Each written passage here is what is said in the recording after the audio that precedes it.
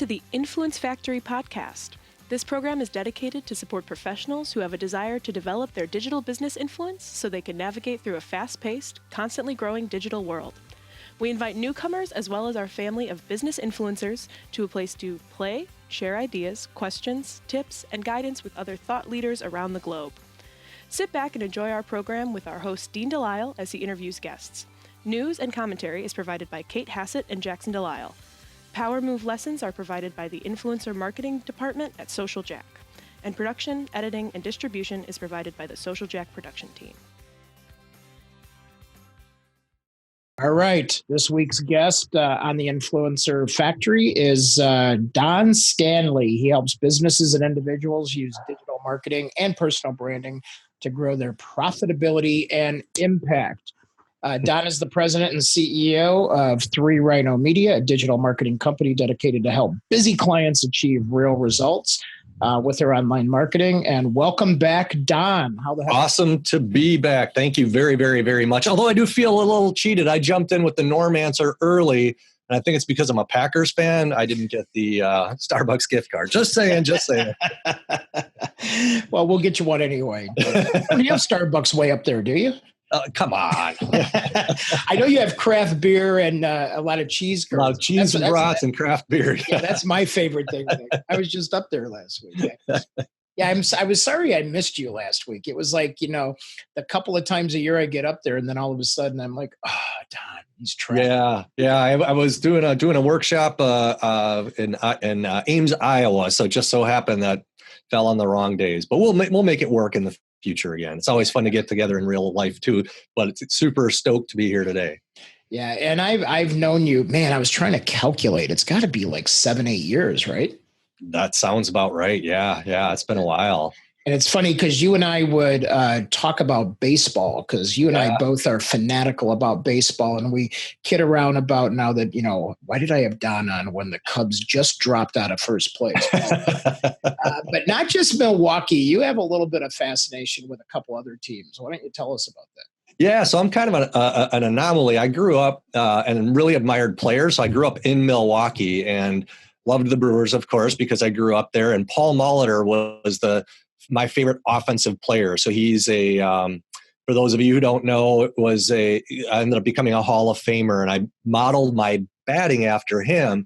And then I'm not the biggest guy, so I followed Ozzie Smith, who was the shortstop of the St. Louis Cardinals, and became a St. Louis Cardinals fan because of that. And then I was lucky enough to get the opportunity to get a college baseball scholarship, and the Chicago Cubs said, hey, you can have a tryout. So I'm weird because I like all 3 teams. Most people are like, no, you got to hate all of them. And it's like, no, I actually have a soft spot for all of them. So how was it trying out for the Cubs? It was surreal. It was one of those deals for me where, you dream about this your whole life, and to get an opportunity to actually have the real team equipment for the tryout, and have the scouts there to have the opportunity to perform, and it was a really cool experience to just have that and get a sense of what it would be like, and also to get a sense of how ridiculously talented anybody who gets close to the major leagues is at that sport. It's really, you get a really good sense of how good the level of quality of the athlete at that level is just unbelievable. And I obviously was not at that level. So. What else is interesting is that I say that, I grew up as a street guy, and I always said I was raised by wolves, but you actually worked with wild wolves. I did. Yeah. That was one of the other things I did. Yeah. I've done a lot of different things. And that was one of my coolest experiences is growing up in the heart of Milwaukee. I did not spend much time in northern Wisconsin. And for those of you who aren't familiar with northern Wisconsin, tons of lakes, tons of deep, thick forest, beautiful, beautiful area. And got an opportunity when I was in college to try to figure out, trying to figure out what I wanted to do. And I got the opportunity to learn about how do you communicate science, and how do you communicate science about wolves and wolf recovery. And I just happened to get a chance to work with the head wolf biologist of the state. And I was working as a dog trainer at the time as well. So I knew a lot about canine behavior, and just, it's absolutely loved it. So I worked as a tracker for the state for a number of years and would go out and do winter tracking surveys of wolves. And I've only seen one in the wild in all the time I've been out, because they're pretty secretive creatures. But yeah, Right. that's something I'd love to this day if I can get out and go track around. If I get an opportunity, I still like to do that. So in the movie Hangover, you understood what they meant by wolf pack then, right?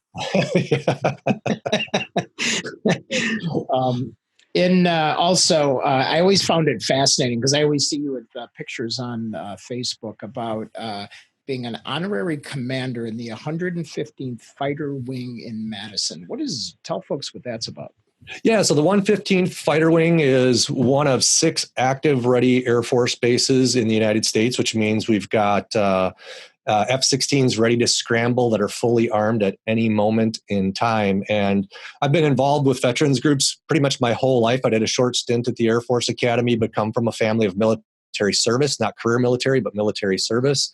And kind of got recognized for some of the work I was doing in the community, and was asked to be an honorary commander. So part of my role is to work with the members of the 115th Fighter Wing in different capacities, and the capacities are all over the place. I played a small role in helping them open their CrossFit affiliate, their military CrossFit affiliate last year, and then a few other things. So it's a really, really neat experience. I'm a military aviation dork, and every time I go to base and watch the F-16s take off, it's like, and they literally fly over my house every day going up on training missions. And my kids are still like, Dad, it's the same planes every day. And every day it's like, a 2-year-old kid, super excited. So it's a really, really cool, unique opportunity. A lot of really great people that I get to work with at the base and get exposed to a lot of what their mission is, and try to help the community of Madison understand the role that the base plays in Madison on a variety of levels. So kind of a cool honor to be able to give back in that way. Yeah, that's super cool, and cool that you're part of that. So let's see, you start with, early in your career, and you have this baseball sort of part of you. You wind up as an honorary commander. So can you fill in some blanks about how all of a sudden you're a marketing person? How did you evolve into that? So when I left the Air Force Academy, my only goal from the time I was a young kid was to fly fighter jets. And obviously, when you leave the military, there aren't many civilian jobs to fly fighter jets. So I transferred to the UW-Madison and had no clue what I wanted to do. And one day I listened to a Tony Robbins interview, and he talked about this idea of most people don't want specific jobs. They want what they think they're going to get from that specific job. And so I started thinking about, well, what did I want to get out of being a pilot, a fighter pilot? Well, and I listed everything out, including the ego stuff. I watched Top Gun, and maybe there's a Kelly McGillis out there. You get to fly fighter jets and go really fast. Significance. Yeah, exactly. But it was also a changing work environment that was always having to adapt, and you had to use your mind as well as your body. Working in a team where a team is committed to doing something for the greater good, and also to team results over individual good, and looking at this idea of service and servant leadership. And so I started thinking about, what else? And part of it was I was taught that great military leaders could create really great change, and not just with their units, but also on bigger scales. And so I started thinking about, well, what industries do people create change in? And then I changed it to the question of, well, who are the greatest change agents of all time? What do they all have in common? So I started listing out, and John Kennedy, Martin Luther King, and I started going back further, got all the way back to Jesus and the Buddha and Muhammad. And I said, all of them, every one of them, what they had in common was they were great communicators. Yeah. That's what they had as a central theme. So I joke with some of my students who come from a Christian background. I'm like, Jesus was like the Mark Zuckerberg of his time. He trained 12 people how to build a network and grew that network. And some of the stuff that we'll get into when you talk about the personal branding, he knew how to use language and metaphor that allowed those 12 dudes to go out and create this movement. And Martin Luther King, same thing. One of my favorite examples from him is how on August 28th, 1963, did he get 250,000 people to show up when you literally could be killed traveling in the South to get to Washington, D.C. There's no email, there's no texting. How the heck did he do that? And then how did he make that speech so memorable? So I started breaking those things down, and I'm like, these people, they're great communicators. And so I should really start looking at, if I want to play a role, obviously there isn't a physical dimension to being a communicator, although now I work out at the CrossFit gym at the Air Force Base.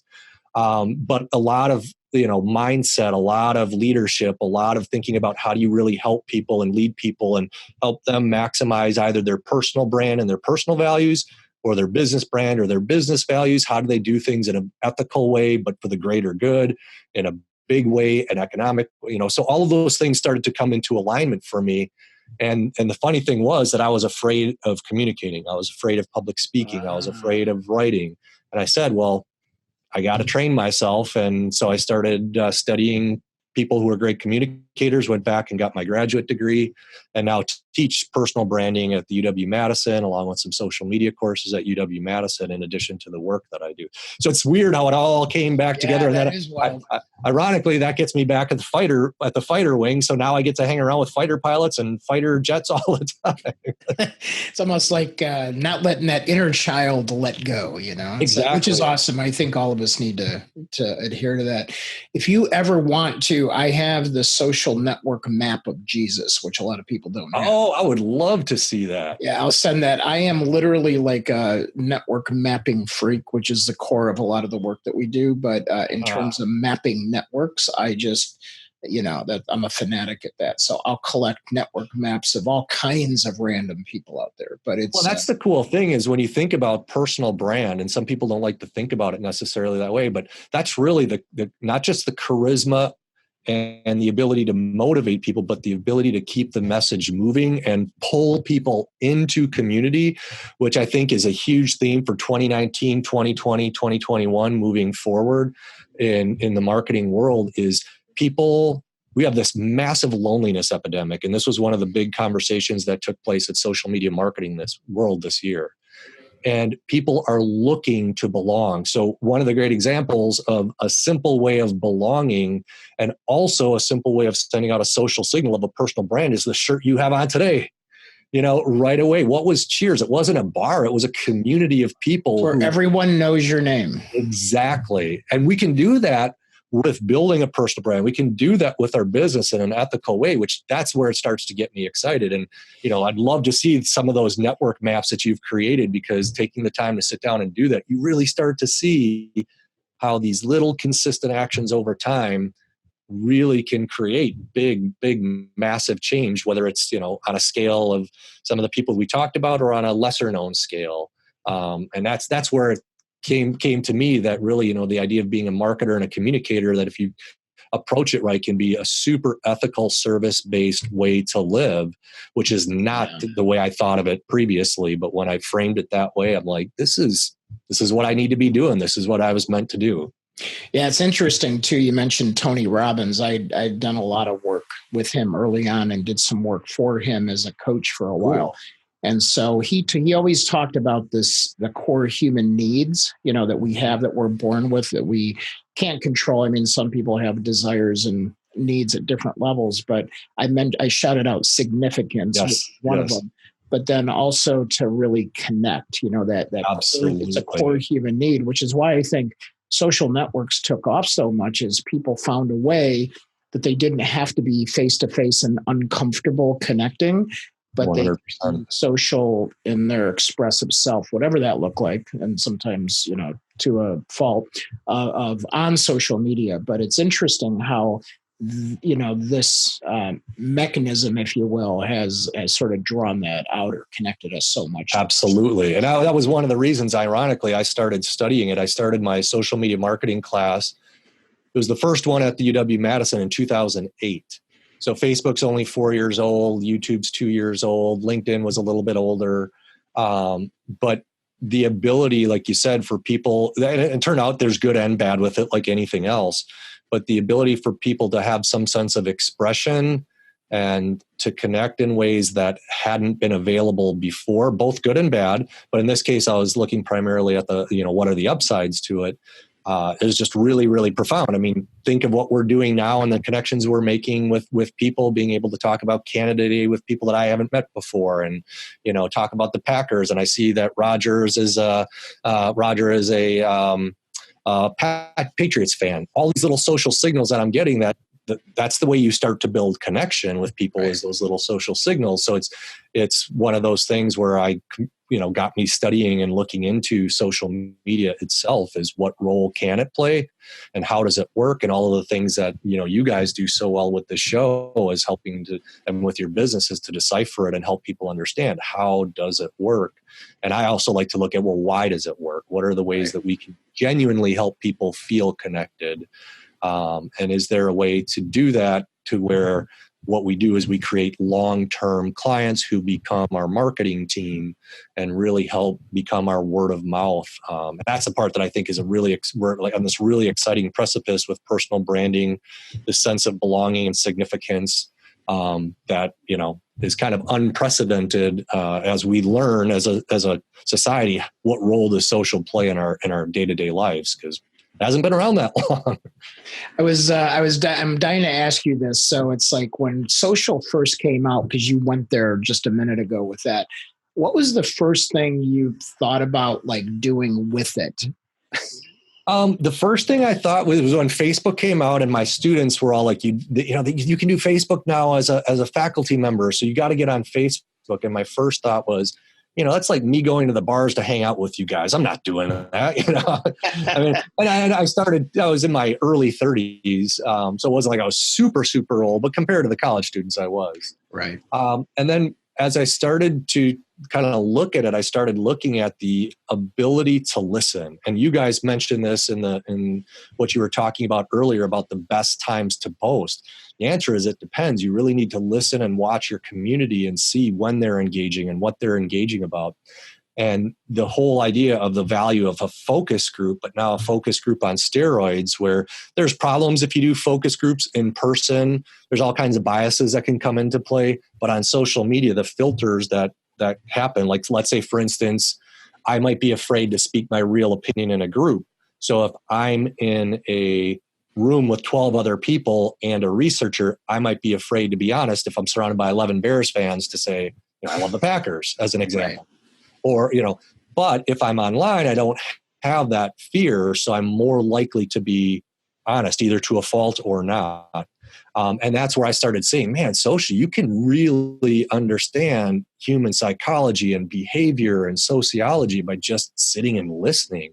And that comes from the military stuff, because military 101 is you understand the communication chain of command. And if you can be a part of that, we were talking some about that, about spying and, that kind of stuff earlier.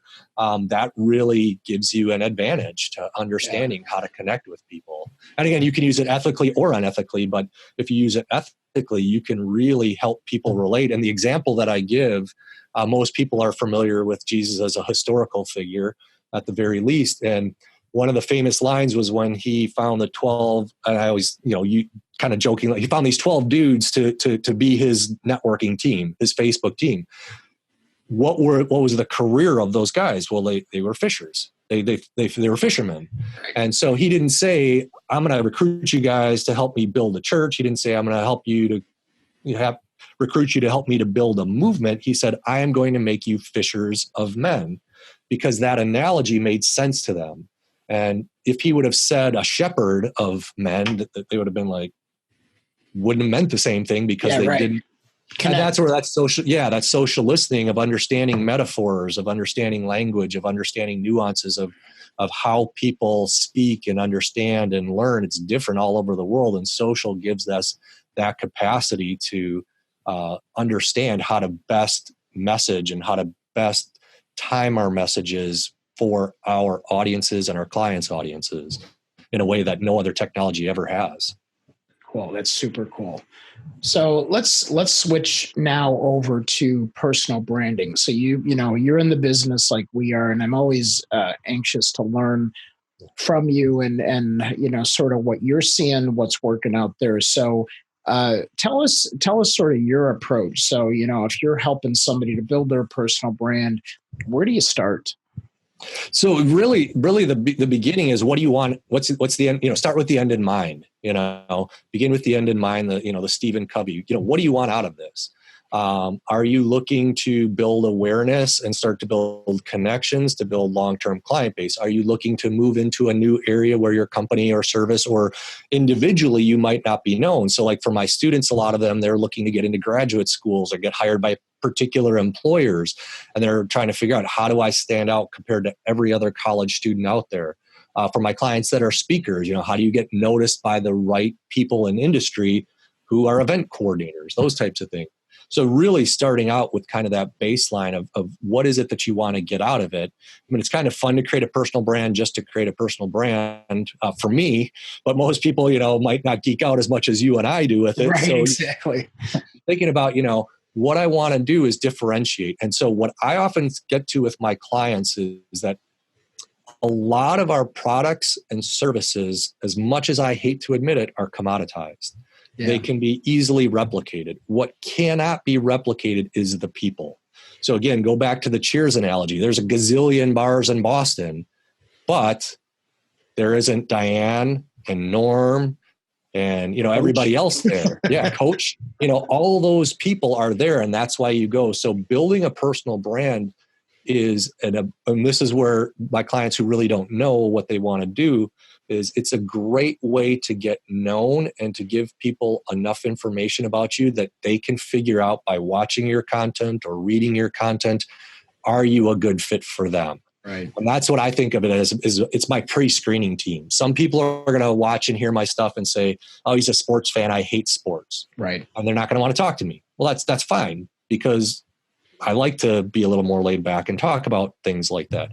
So they can find somebody who fits them better. And one of my buddies, Ian Altman, talks about this in a great book called Same Side Selling that he co-wrote with Jack Quarles. Is, the goal is to find people who are the right fit for you. And that's where the personal brand content can do that. It sends out all of that social signals and lets people get to know you, so that when they are ready to do business, they feel connected with you. So a lot of it then is, who are you and what do you want to communicate about yourself, is part of that as well. What are some things that are important to you? I've gained more traction from posting pictures of me doing runs and workouts with my dogs than anything else, Right. And what happens is people are like, it's something simple to talk about, and it starts to build those connections. And that's how every good long-term quality relationship is built, off of little simple social signal connections. And that starts to tell people, hey, this is who I am and this is what I stand for. And if people like dogs and exercise, they might comment back. If they don't, they might not pay attention to it. But it gives them a little sense of who I am, because long term, I want to work with clients, or I want to have my clients get long-term clients, or my students get jobs that they love. When you give a little bit of who yourself, there's this thing called chemistry in workplaces, that if there's good chemistry, you tend to retain employees, you tend to retain clients. And part of what makes good chemistry is the quality of people and how they interact with each other and all that type of stuff. So yeah, that's super interesting. And Roger says you're describing a headline on LinkedIn, and I wanted to sort of bring this up because I think a lot of people miss the point that their story, the headline is sort of that elevator pitch, the grab, the attention getter. Yep. Two things that we see, and I'd love you to speak to this, is one is their headlines are not consistent across all their public, where you can find them on the internet. And then second is a lot of times the story doesn't match the headline. Mm-hmm. So can you speak to some of that?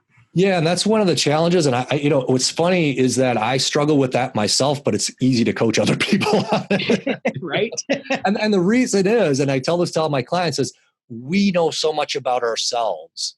And it's like when we're talking about our own business, it's hard to give a short descriptive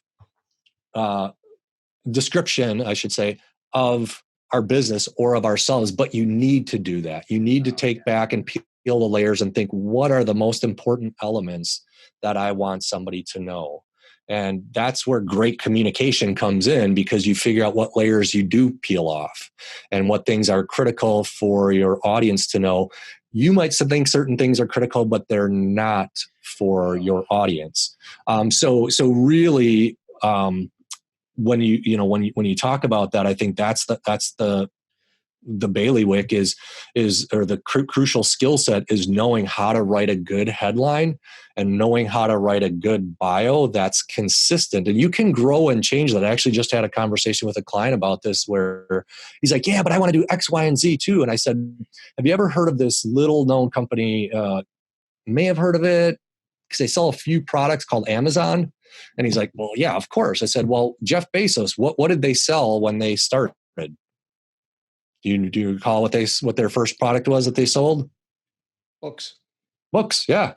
And then once they got that methodology down and got known for that, they were able to scale to the next thing and then the next thing. And now they have their own streaming and they have all these other things. Which they need to fix their book platform because I lost the rest of my hair publishing the book through the support of Amazon. And I'll have to talk to you because I have to publish mine and I've got a little bit left.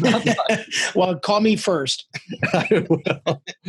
But the idea being that you can scale and grow, and so your bio or that headline isn't necessarily defining you completely, but it's giving somebody enough sense of what you really want them to know and that they need to know to say, I want to explore this person a little bit more, get to know them a little bit more. Yeah, and it's interesting you say that because as I've been developing more and more of knowledge, background, and skills in Instagram, and really fascinated with monitoring the catch and the virality of it and things like that.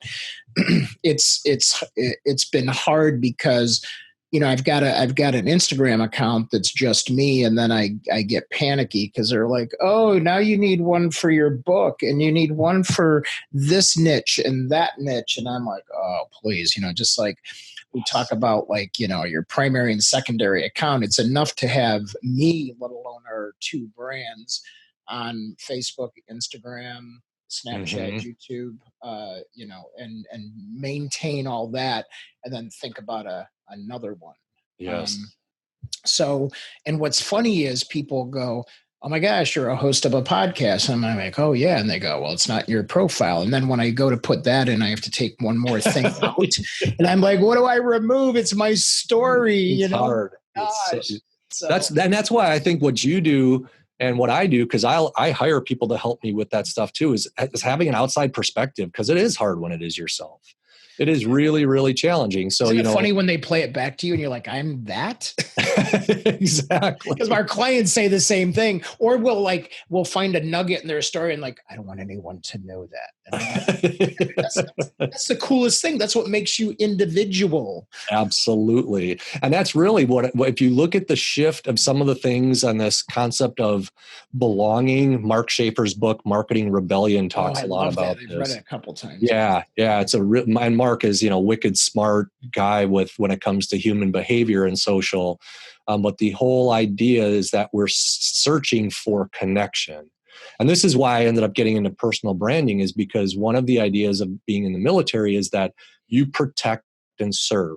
And at first people are like, how does marketing do that?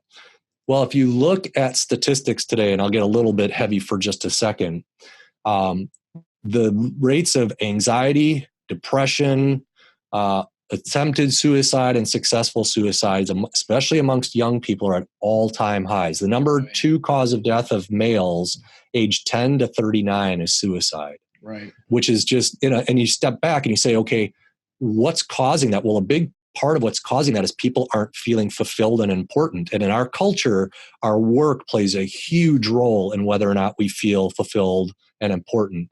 One of the stats that's a real famous stat is the highest incidence of male suicide is on Sunday night, and the highest incidence of heart attack is Monday morning, which coincides. It's not causation, but there's correlation.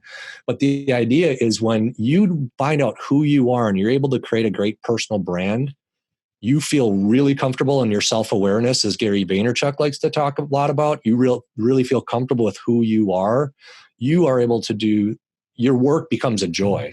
And it isn't every day, there's certain ups and downs, but you know why you're doing what you're doing. And when somebody has a sense of purpose, and it takes work to get there, that's why a lot of people don't like necessarily doing it. It takes work to get there, but when you nail that and you're able to start communicating that to people, that pulls people in too, because they're like, Gary Vaynerchuk's a great example. I mean, he talks about the beginning of Wine Library TV back in 2006. Right.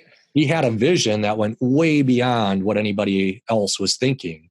And he said, I want to create this group of people who want to quit talking about wine in this snooty way and want real, guy on the ground information, make this accessible to everyone. And if you watch his first stuff, his first 100 videos or so, they were terrible. The content was good, but once he got comfortable in who he was and his self-awareness grew, the videos started getting better. He started getting more relaxed. He started talking about the Jets, and suddenly you see this infusion of subscribers, this infusion of money, because people are like, he knows what he stands for, and I want to be a part of that. Yeah. Same thing applies to like a Ben and Jerry's or a Tom's Shoes or, whatever it is. You think about companies that, and I'm not talking about necessarily political because it's so divisive, but just for certain elements that you say, we're all about X, Y, and Z.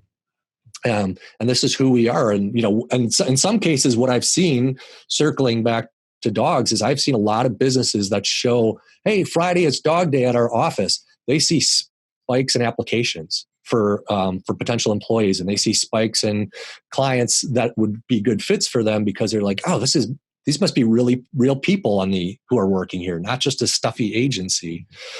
So really, I think, kind of a long answer, but the idea being that as you get self-aware and you're able to communicate that more effectively and you become more comfortable into who you are, you attract the right people to you and you repel. Drucker, I'm spacing his first name. He does the Youpreneur. Chris Drucker, he talks about that. You be like a magnet, attract the best, repel the rest. And that's where a personal brand can really help us out with our marketing and our client acquisition in ways that other strategies simply aren't nearly as good. Yeah, and I like what Roger says here. He says you need to be comfortable outside of work. But I think, and I discovered this, I went through a lot of, every emotion you could imagine right in my book, to the point where it was painful in some of the instances because I felt my upbringing and things that I was almost wanting to avoid. But the minute I got honest with myself as I became more comfortable with myself of who I was. Yeah. So he said, be comfortable outside of work. But I think it goes one step further and says, be comfortable with you. 100%. And that includes all of you. So Brene Brown is one of my favorite examples, and I just put her in the comments. If you get a chance to watch her first TED Talk and her second TED Talk, and you really listen, it's going to change your life. And what I learned was when I started telling my stories in classes about certain things, people's opinion of me changed in a good way. So I grew up, I went to what were considered inner city schools in Milwaukee. My freshman class of high school what they typically see is they see a white guy who's teaching in college. So they assume I came from a background where everybody went to college and, that was just part. No, I grew up, went to inner city schools. My high school class started out with almost 900 students. We graduated less than 300. Out of those 300, maybe 15 went to college. College just wasn't something that happened. Nobody did that. Nobody. That's why we get along. Exactly. And that's the thing is when people. But I only had 180 because the rest of them didn't make it. Yeah, and that gives a sense of my students are like, oh wait, he's a first generation college student. He's a first generation to go away to college. Oh, and it changes, and before I didn't think that was important, but to them it is. And again, some of the stuff people bond over stuff like, oh, that Dean, you had a similar background. Now we have a deeper connection because we understand one another. And I think that's where learning to incorporate part of your story in your brand, really talking about why certain things are important to you. For me, I do a lot of work with veterans groups. And when I tell the story of why, it really has connected me with a lot of veterans organizations and a lot of military organizations, even though I only did a short service at the Air Force Academy. So whatever it is, And a lot of times it's lighthearted stuff. Yeah. Because when I see that somebody is a Bears fan, I will message them and I'll say, it's really, I feel bad for you. And they're like, why? I'm like, well, you've never really been able to watch a pro football team. And, obviously it's a joke, and but it allows us to banter. Yeah, exactly, Roger. Bless them. It allows us to banter back and forth and start on a human level, which is what people are craving. They're craving human connection. Well, like when we were talking before the show, and I'm like, the cat that actually likes me, we named him Mac after Khalil Mack, and you go, oh, don't rub that in, and I didn't even think about that. You're like, why didn't the Packers get him? The Packers could have had him. I'm still exactly. That's going to drive me nuts forever. Imagine if you were the Raiders. Oh, well, and one of my other Bears-Packers favorite stories is that the Bears found out the Packers were going to draft Brian Urlacher, so they traded up to get in front of the Packers and selected Urlacher. And Packers have done that back and forth. It's gone both ways, but but those little things, what they do is they create a human connection. The example that I give when you're thinking of writing your bio or thinking of what you're wearing in your presentations is this one. So Roger says he's from Boston, right? I think that's you've described yourself as a Patriots fan and being around cheers and all that. Now, if you're in the Boston area and you see somebody wearing a Patriots shirt, what do? You probably just walk past them. But if you're in Los Angeles and you see that same person wearing a Patriots shirt, what do? What's up, man? Go Pats, or whatever it is. Yeah. It's funny because I was in Boston during the Stanley Cup game. I was there that day. And so everybody at Cheers had either St. Louis Blues stuff on or there was a couple of Pats fans, but there was a lot of out-of-towners because it's a tourist place, right? Yeah. And it's funny how it was like, oh, St. Louis, and everybody's like having conversations about St. Louis, but you're right on with that. And that's why, the example I give is, I've seen people, because I went to the University of Wisconsin, graduated from there, and now teach there, where I'll see people like I ran into somebody in Hawaii and we ended up in this long conversation. If they had been wearing any other shirt, I'd have never talked to them. And so those social signals, if you think about it in your bio too, like some of the key hashtags you like to follow or something, doesn't necessarily have to be lighthearted, but it can be.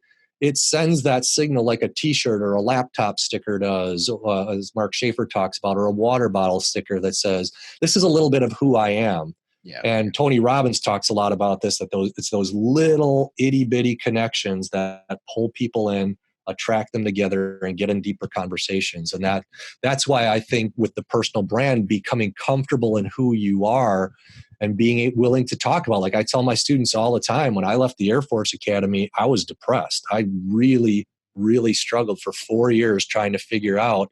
I'd given up on my dream of flying aircraft. It was all I ever wanted to do. And school sucked for 4 years. And they're like, really? You didn't know exactly what you wanted to do? I'm in the same boat. And so they open up because they know that they can feel comfortable talking about stuff like that. Oh, that's awesome. Yeah. And so while we only have a couple minutes left, and I had like 3 other things I wanted to talk to you. So I'm just going to call you because we have to just catch up. I got to come down to Chicago and hang out with you. I know. If you want Cubs, and I love the stadium up there, so I'll come up there too, no matter what happens at the end of the year. But so CrossFit, what's your favorite thing within CrossFit? CrossFit, I got to ask you. I'm in a gym that is literally just bought like 35 new toys, I call them. So I'm just sort of curious. What do you play with? So my favorite exercise to do is a bodyweight exercise, and it's burpees. So, as sick as that sounds. Mine's mountain climbers. How sick is that? Oh, that's worse. And I love those. What do you call it? I don't even know what they call them, but those push-up handles. Yes. So I get those, and I get the sliders, and now I'm doing all kinds of crazy stuff. That's awesome. Top, so I'm like, oh my gosh. But then last year I learned to do a handstand, and now I do handstand push-ups. So that's with no wall. No, with a wall. With Okay. a wall. I was gonna say, I can't. I'm working up towards that, but I can't. I was gonna say I haven't done that since high school. Oh man, No. it's like they just put one of those. I'd never used one before, but it's a sled on wheels where it has. Oh yeah. And you can push and I'm like, oh my gosh, and it almost gets to the point of overwhelm because there's now a whole wall full of all kinds of crazy stuff, and I'll just jump up and I'll go, I'm gonna do that, and I won't even plan it out. I'm just like, I'm gonna go that. Just go and do it. Yeah. That's what makes it fun. And that's what I enjoy about it is a lot of functional fitness. The way I do it. And you don't get bored because if I do the same thing over and over, I get bored. So yeah, right on. Oh man. All right. Well, this is the time of the show. We'll bring Kate and Jackson back and sort of get to hear what they heard or what they picked up on. And while we're checking in there, I'd like everyone to just give us one takeaway that you've gotten from hearing Don talk about personal branding and maybe being your true self. I took a lot of notes out of this for me, but sort of curious what the people that are listening, the one takeaway that you're going to take away from today. So, Kate, what did you hear?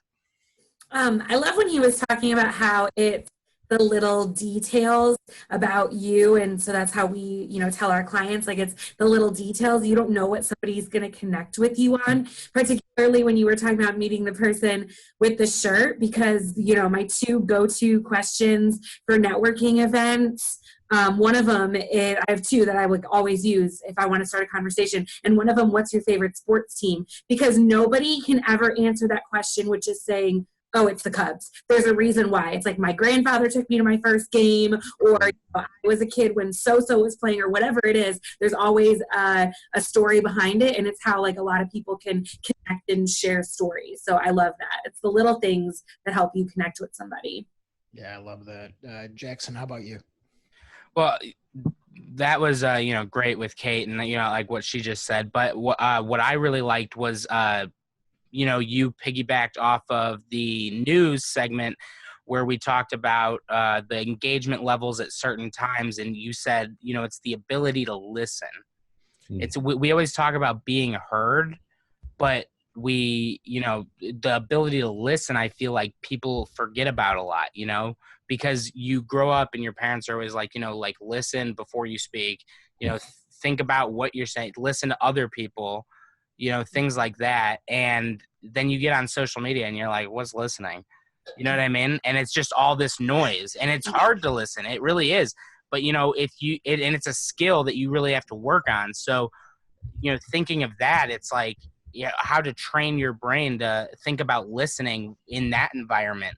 Because when you're at a networking event, it's easy to like listen to someone who's right in front of you. But when there's, miles and miles of internet between you, there's, it's hard to, wrap your head around like, okay, so it's still the same concept, but it's just online. So, and it's a human on the other end. Yeah, there's still a human. So, yeah, that was. I just have another comment too. LinkedIn's algorithm favors conversations that your connections are having, and I love to piggyback on anything Don comments on because I know if I'm not connected to that person, probably somebody I should be. He always comes in and like, Don left a comment on this or liked it, and I'm like, oh, I bet that's a great conversation, and I want to be there. And I've added people to my network just from conversations you've had that I've jumped in on. So I just wanted to say thank you for that. That's also just a testament of your personal brand and how welcoming you are. Well, thank you. And I think that's an awesome tip is to find people who you think are good networkers, and it's almost like following them around.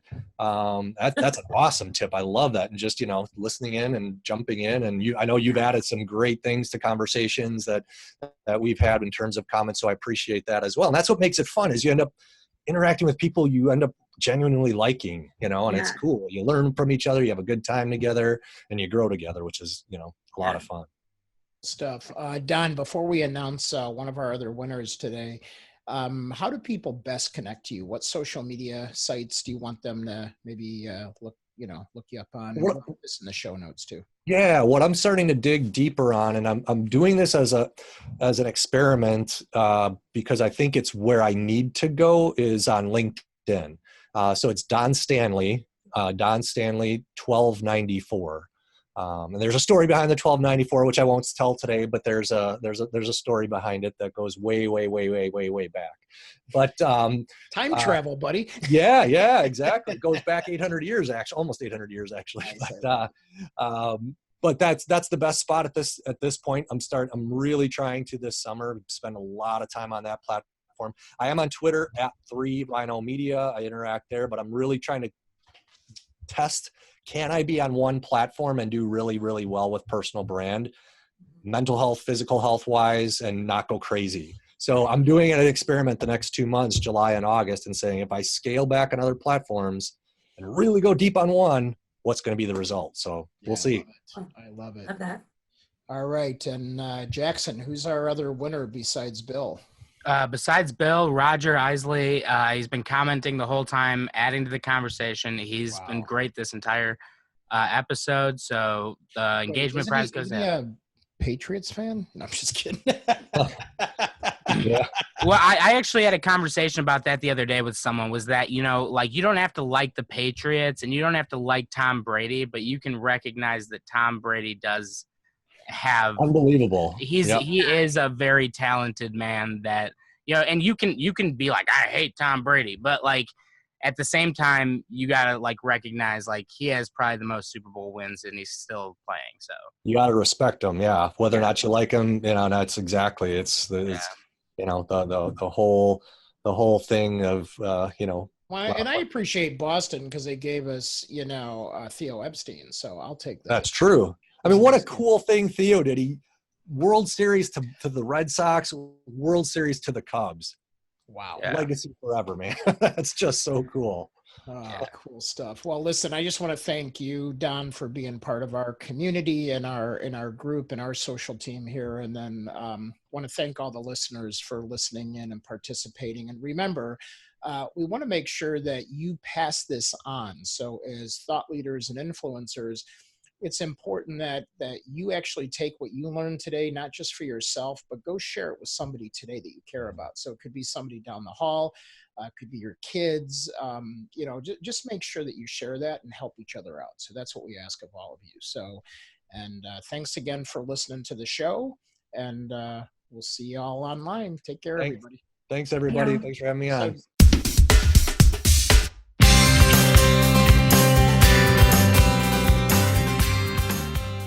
Thank you for listening to the Influence Factory podcast. We welcome feedback and suggestions. You can provide these by visiting our website at www.myinfluencefactory.com. And if you are interested in Social Jack's 90 Days to Influence program, you can simply go to 90daystobusinessinfluence.com and simply ask for the next steps. While our program airs regularly on Zoom webcasts and Facebook Live on Wednesdays at noon Central, we invite you to download episodes on your favorite channel: YouTube, iTunes, Google Play, Stitcher, Spreaker, SoundCloud, and who knows where else in the future. We will also provide occasional on-location live streams with special guests that we will announce in our community Facebook group, Business Influencer Alliance, as well as on all Social Jack channels. Our mission is to help you build your digital business influence with this podcast, as well as inspire, educate, and entertain those who are hungry to collaborate in a cool place with cool business professionals just like you.